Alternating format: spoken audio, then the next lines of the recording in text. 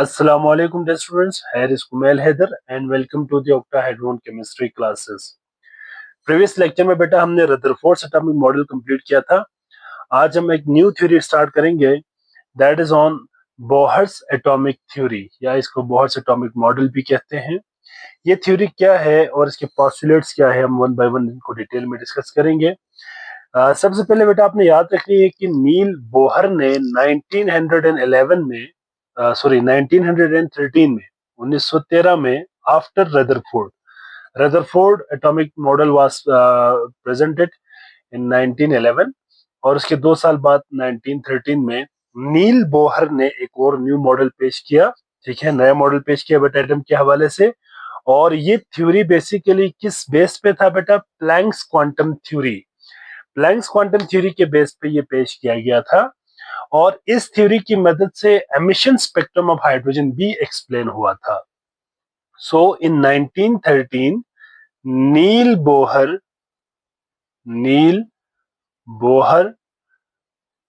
proposed a new theory about atom based on Planck's quantum theory.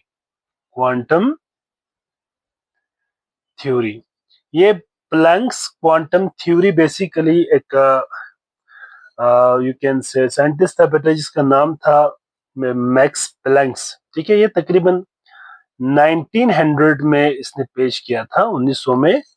और इस planks quantum theory की मदद से बेसिकली जो वेव पैकेट्स है, एनर्जी है या वेव पैकेट्स ऑफ फोटोन है, उनकी एनर्जी, फ्रीक्वेंसी वगैरह या वेवलेंथ वगैरह फाइंड किया था. तो energy of you can say या रेडिएशंस की जो कंटिन्यूएशन है या डिस्क्रीट वे में होती है और किस तरह से होती है और बहरहाल उनकी एनर्जी वगैरह फाइंड किया था. तो उस थ्योरी की बेस पे नील बोहर ने एक एटॉमिक मॉडल पेश किया. उस मॉडल को बेसिकली क्या नाम दिया बेटा? प्लैंक्स क्वांटम उस मॉडल का नाम क्या दिया? नील बोहर एटॉमिक मॉडल का नाम दिया. ठीक है, और ये जो नील बोहर का मॉडल है, ये मॉडल आल्सो एक्सप्लेन्ड. ठीक है, ये क्या कर सकते हैं बेटा? Also explained the emission spectrum of hydrogen. इसको भी क्या किया बेटा? हाइड्रोजन की जो एमिशन स्पेक्ट्रम थी, इसको भी क्या किया? इसने एक्सप्लेन किया. हमने पढ़ा था ना कि बेटा जो रदरफोर्ड एटॉमिक मॉडल है उसके मुताबिक तो कंटिन्यूअस स्पेक्ट्रम आना चाहिए, लेकिन एटम की केस में लाइन स्पेक्ट्रम आती है. तो ये जो लाइन स्पेक्ट्रम की फॉर्मेशन है, ये बोहर ने एक्सप्लेन किया था हाइड्रोजन एटम के लिए. तो ये थोड़ा सा ब्रीफ इसकी इंट्रोडक्शन थी बेटा.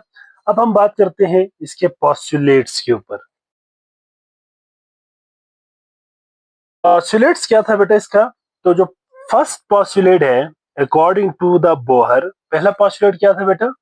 कि एक इलेक्ट्रॉन जो है किसी भी एटम के अंदर एक फिक्स्ड सर्कुलर पाथ में रिवॉल्व करता है, उन फिक्स सर्कुलर पाथ को ऑर्बिट कहा जाता है. ठीक है, क्या है बेटा पहला point? An electron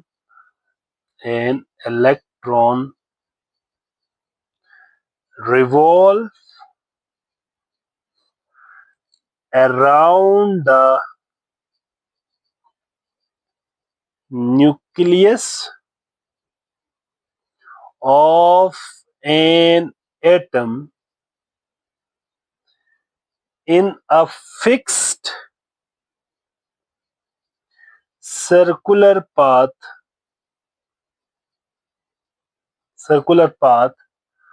called orbit. या इन्हीं ऑर्बिट को शेल्स भी कहा जाता है, और शेल. ठीक है, मतलब क्या है कि फॉर एग्जांपल ये कोई न्यूक्लियस है एटम का, फॉर एग्जांपल ये न्यूक्लियस है. ठीक है, और इस न्यूक्लियस की गिर्द एक फिक्स्ड सर्कुलर पाथ में ही इलेक्ट्रॉन क्या करेगा? रिवॉल्व करेगा. मतलब इस इलेक्ट्रॉन की जो रिवॉल्विंग पाथ होगी ना बेटा वो फिक्स्ड होगा, मतलब इलेक्ट्रॉन इसी फिक्स्ड सर्कुलर पाथ में रोटेट करता रहेगा, रिवॉल्व करता रहेगा, मतलब ये अपनी फिक्स पोजीशन को चेंज नहीं करेगा। इन फिक्स्ड सर्कुलर पाथ जिसमें इलेक्ट्रॉन रिवॉल्व कर रही है, इन फिक्स सर्कुलर पाथ को क्या नाम दिया बेटा? ऑर्बिट का नाम दिया। सेकेंड पोस्टुलेट क्या था बेटा? कि हर ऑर्बिट का या हर शेल का एक फिक्स्ड एनर्जी लेवल होती है, ठीक है, या एक फिक्स्ड एनर्जी होती है, इसलिए उन ऑर्बिट को एनर्जी लेवल्स भी कहा गया। Each orbit has fixed energy, therefore they are also called energy level. क्या कहा? एनर्जी लेवल्स भी कहा। हर ऑर्बिट की या हर शेल की फिक्स्ड एनर्जी होती है, इसीलिए हर ऑर्बिट को या हर एनर्जी लेवल को क्या कहा जाता है बेटा? यस, हर ऑर्बिट को या हर यू कैन से शेल्स को एनर्जी लेवल्स का नाम दिया गया। हर ऑर्बिट को क्या कहा गया बेटा? एनर्जी लेवल्स भी कहा गया। ठीक है, इसके बाद नंबर थर्ड जो पोस्टुलेट है वो क्या है बेटा? कि जब तक इलेक्ट्रॉन किसी एक ऑर्बिट में रोटेट करता रहेगा उसकी एनर्जी में चेंज नहीं आएगी। मतलब जब तक इलेक्ट्रॉन एक ही फिक्स पाथ के अंदर रिवॉल्व कर रहा होगा उसकी एनर्जी में चेंज नहीं आएगी। और उसकी एनर्जी में चेंज कब आएगी? जब इलेक्ट्रॉन अपने ऑर्बिट को चेंज करेगा या एक ऑर्बिट से दूसरे ऑर्बिट में जंप करेगा। हम यहाँ पे ये पॉइंट लिखेंगे बेटा, as long as the electron reside in the same orbit,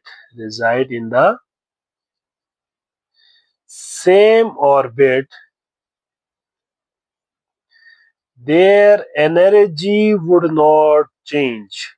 Energy would not be change. ये चेंज नहीं होगा। नंबर 4 पॉइंट लिखते हैं बेटा, the energy of an electron is only change when they jump from one orbit to the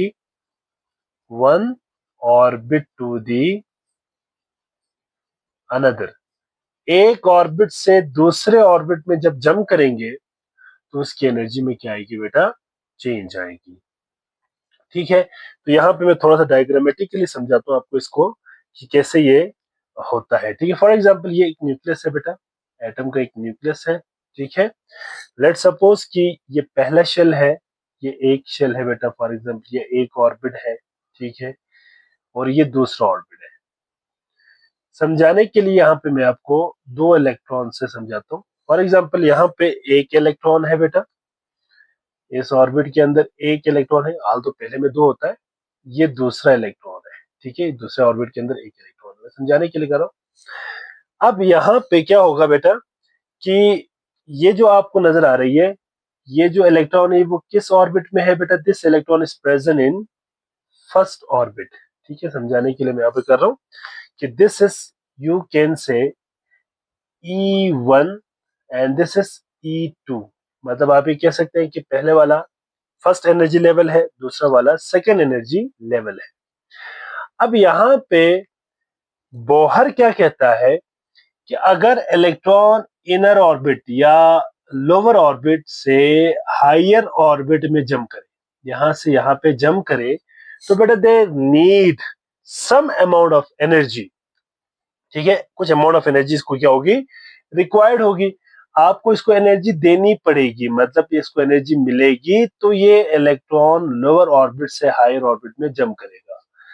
same case अगर electron higher से inner में जा रहा है, ठीक है, यहां से इनर से हायर में जा रहा था या इनर से आउटर में जा रहा था, यहां पे कहां जा रहा है बेटा, आउटर से इनर में जंप कर रहा है।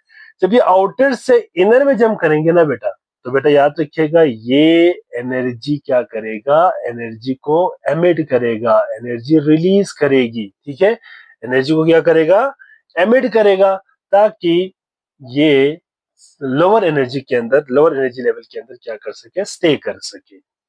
यहां पे एनर्जी एब्जॉर्ब हो रही है बेटा, ठीक है, और यहां पे एनर्जी क्या हो रही है, रिलीज हो रही है, ठीक है।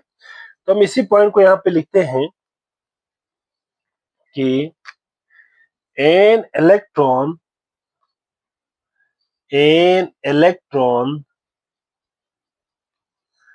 absorb absorb energy when they jump from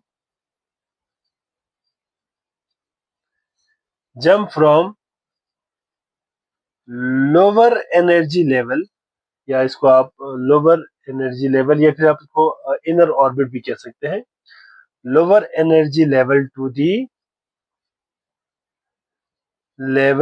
the higher energy level, ठीक है, हायर एनर्जी लेवल, या आप इसको आउटर एनर्जी लेवल भी कह सकते हैं। And the electron released energy when jump from higher to, चलो मैं इसको इस तरह लिखता हूँ, higher to lower energy level, ठीक है, मतलब इलेक्ट्रॉन जो है जब लोअर एनर्जी लेवल से हायर एनर्जी लेवल में जाएंगे तो एनर्जी को एब्जॉर्ब करेगा, और हायर से लोअर में आते वक्त एनर्जी को एब्जॉर्ब करती है। इसकी रीजन भी हम बाद में भी डिस्कस कर सकते हैं। यहाँ पे असल में ना न्यूक्लियस के साथ जो न्यूक्लियस के करीब ऑर्बिट होगा उसके दरमियान अट्रैक्शन ज्यादा होगी, इलेक्ट्रोस्टैटिक फोर्स ऑफ अट्रैक्शन ज्यादा होगी। इस इलेक्ट्रोस्टैटिक फोर्स ऑफ अट्रैक्शन को ओवरकम करके इस इलेक्ट्रॉन ने लोअर एनर्जी से या लोअर एनर्जी ऑर्बिट से कहा जाना है, हायर एनर्जी ऑर्बिट में जाना है, ठीक है, या इनर ऑर्बिट से आउटर में जाना है, तो उसको एनर्जी देनी पड़ेगी। लेकिन जो आउटर से इनर में आएगा वो न्यूक्लियस के अट्रैक्शन के मजीद करीब आएगा, ज्यादा न्यूक्लियस की अट्रैक्शन हो जाएगी, एज अ रिजल्ट वो क्या करेगा, एनर्जी को रिलीज करेगा। The change in energy, the change in energy is given as, देखें हम जो चेंज इन एनर्जी आएगी ना बेटा इनर से आउटर में जाते वक्त या आउटर से इनर में आते वक्त, तो वो किसके बराबर होगा बेटा, डेल्टा ई, डेल ई किसके बराबर होगा, E2 minus E1 is equal to h nu, ठीक है, एच न्यू के बराबर होगा। ये फॉर्मूला आप लोगों ने याद रखनी है, ठीक है। इस फॉर्मूले से हम क्या निकालेंगे बेटा, इस फॉर्मूले से हम चेंज इन एनर्जी को फाइंड करेंगे। वेयर, यहाँ पे ना बेटा कुछ चीजें हैं जो आप लोगों ने याद रखनी है। वेयर वेयर डेल्टा ई क्या चीज है बेटा, वेयर डेल ई क्या है, ठीक है, E2 क्या है, E1 क्या है, एच क्या है, और न्यू क्या है, ठीक है, ये जरा आप लोगों ने याद रखनी है। डेल्टा ई क्या चीज है बेटा, change in energy, change in energy, ठीक है। E2 क्या है, एनर्जी ऑफ आउटर ऑर्बिट, चले आउटर ऑर्बिट की एनर्जी कहते हैं इसको हम। E1 क्या है, energy of inner orbit, inner orbit. H क्या है बेटा, this is known as Planck's constant, क्या है ये, प्लैंक्स कांस्टेंट है, और इसकी वैल्यू भी बेटा आपने याद रखनी है। वैल्यू क्या होगी बेटा इसकी, इसकी वैल्यू होगी 6.626 मल्टीप्लाई 10⁻34 जॉल सेकेंड। ये इसकी वैल्यू है बेटा, कांस्टेंट वैल्यू है, फिक्स्ड वैल्यू है, ठीक है। 6.626 मल्टीप्लाई 10⁻34 जॉल सेकेंड। और यहाँ पे ये न्यू क्या चीज, this is not v, this is nu. Nu है बेटा फ्रीक्वेंसी ऑफ रेडिएशन या फ्रीक्वेंसी ऑफ फोटोन। जो भी एनर्जी यहाँ पे रिलीज हो रही है या एब्जॉर्ब हो रही है उसकी फ्रीक्वेंसी होगी ये। तो इस फॉर्मूले से हम क्या निकालेंगे, बोहर, इस फॉर्मूले से हम चेंज इन एनर्जी फाइंड करेंगे बोहर एटॉमिक थ्योरी के अंदर, जब इलेक्ट्रॉन एक ऑर्बिट से दूसरे ऑर्बिट में जंप करेंगे। इसके बाद लास्ट पॉस्टुलेट है बेटा, आखिरी पॉस्टुलेट है, नंबर 6 पॉस्टुलेट इज कि इलेक्ट्रॉन हमेशा उस ऑर्बिट के अंदर रिवॉल्व करेगा जिसकी एंगुलर मोमेंटम NH/2 के लाजमी मल्टीपल हो या इंटीग्रल मल्टीपल हो। तो क्या लिखेंगे बेटा, an electron always revolve in those orbit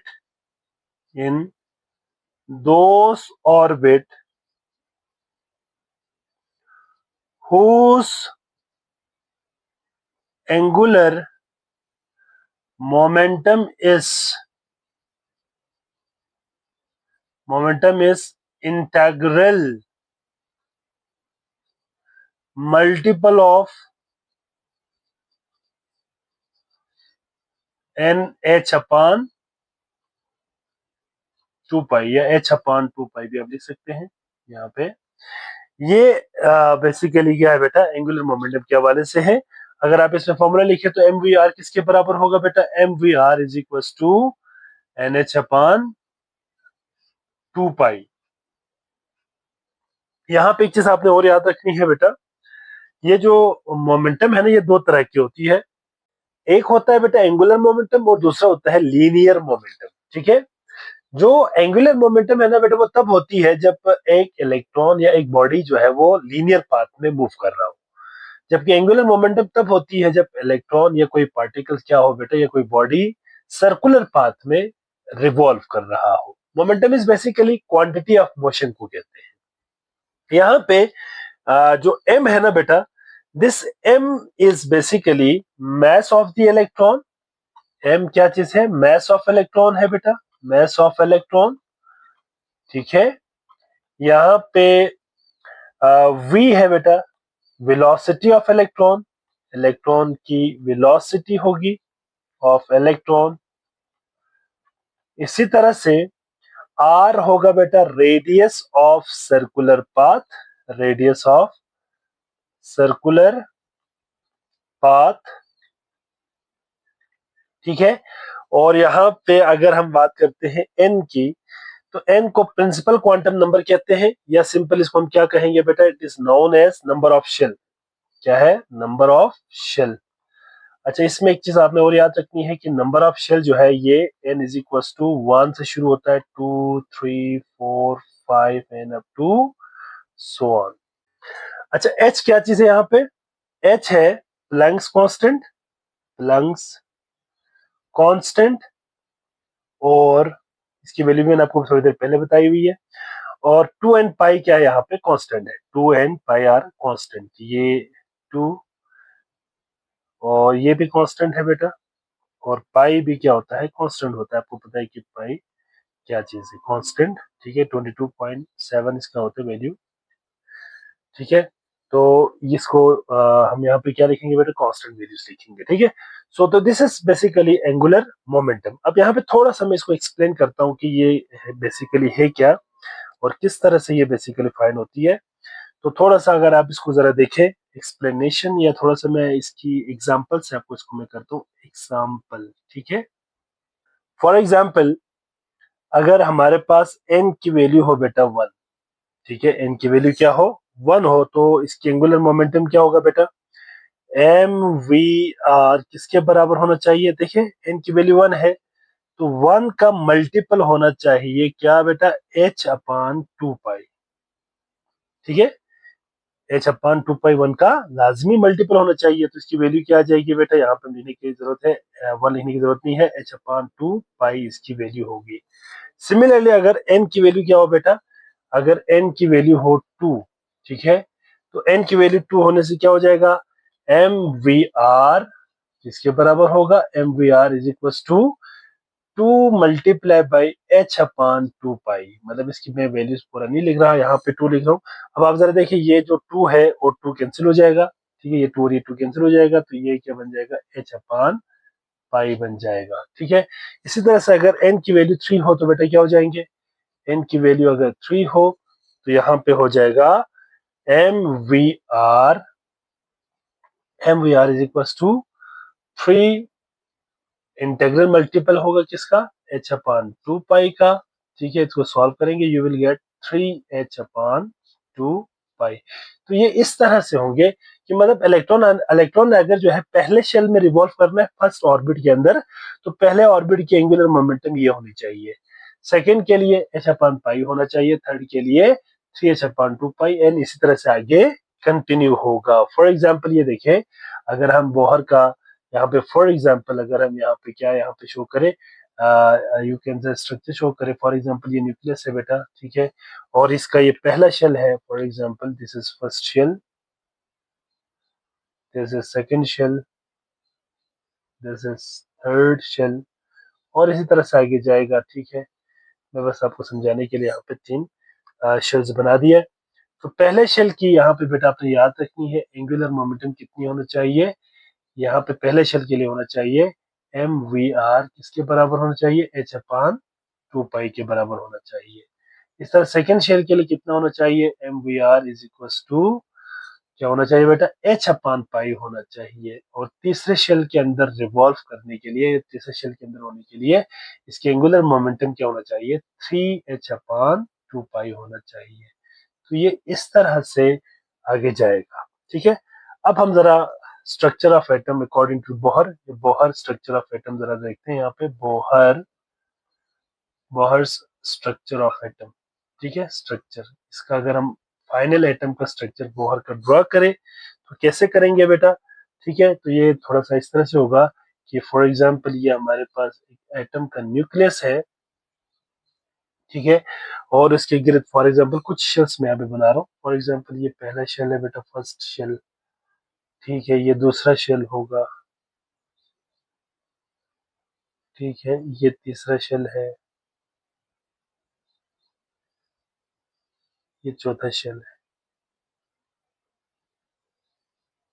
for example मैं थोड़ा सा आपको इस तरह से इसका और जो है यू कैन से स्ट्रक्चर बना रहा हूँ। ये न्यूक्लियस है बेटा, दिस इज अ न्यूक्लियस, ठीक है, और यहाँ पे कुछ हम जरा चीजें यहाँ पे मेंशन करेंगे। फॉर एग्जांपल यहाँ पे एन कौन सा होगा, ठीक है, और इसके बाद यहाँ पे एनर्जी लेवल्स की भी बात हम कर सकते हैं यहाँ पे।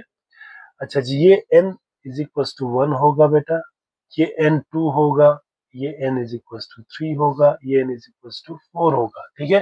तो पहले शेल के अंदर इलेक्ट्रॉन यहाँ पे कितने होंगे, अभी हम आगे कैलकुलेट करना भी सीखेंगे। पहले में यहाँ पे 2 इलेक्ट्रॉन्स होंगे बेटा, 2 इलेक्ट्रॉन्स, दूसरे में 8, ठीक है, दूसरे में 8 इलेक्ट्रॉन होंगे, तीसरे में, ठीक है, फॉर एग्जांपल तीसरे में लेट्स सपोज हम एज्यूम कर लेते हैं कि यहाँ पे भी 8 इलेक्ट्रॉन है, ठीक है, यहाँ पे भी 8 इलेक्ट्रॉन है, और चौथे शेल में फॉर एग्जांपल मैं समझाने के लिए कर रहा हूँ, यहाँ पे 2 इलेक्ट्रॉन्स है। This is somehow a structure of calcium, ठीक है। ये 10 हो गया बेटा, 8 और 8 16, 17 18 19 20, तो कैल्शियम का एक स्ट्रक्चर मैंने बना दिया। तो ये था बेटा बोहर का एटॉमिक स्ट्रक्चर। आगे हम डिटेल में एक्सप्लेन करेंगे कि किस तरह से हम करते हैं इलेक्ट्रॉन की डिस्ट्रीब्यूशन वगैरह शेल्स के अंदर, सब शेल्स के अंदर कैसे करेंगे, ये वन बाय वन हम इनको डिस्कस करेंगे, ठीक है। तो ये था बेटा आज का हमारा लेक्चर। इसमें हमने आज बोहर का एटॉमिक थ्योरी कंप्लीट किया, इसके पोस्टुलेट्स को हमने डिटेल में डिस्कस किया। अगर किसी बच्चे का कोई सवाल है या कोई बात समझ ना आई हो तो आप कमेंट सेक्शन में लाजमी सवाल करें, इंशाल्लाह मैं आपको वहां पे आंसर करूंगा। अपना बहुत सारा ख्याल रखिएगा। अल्लाह हाफिज।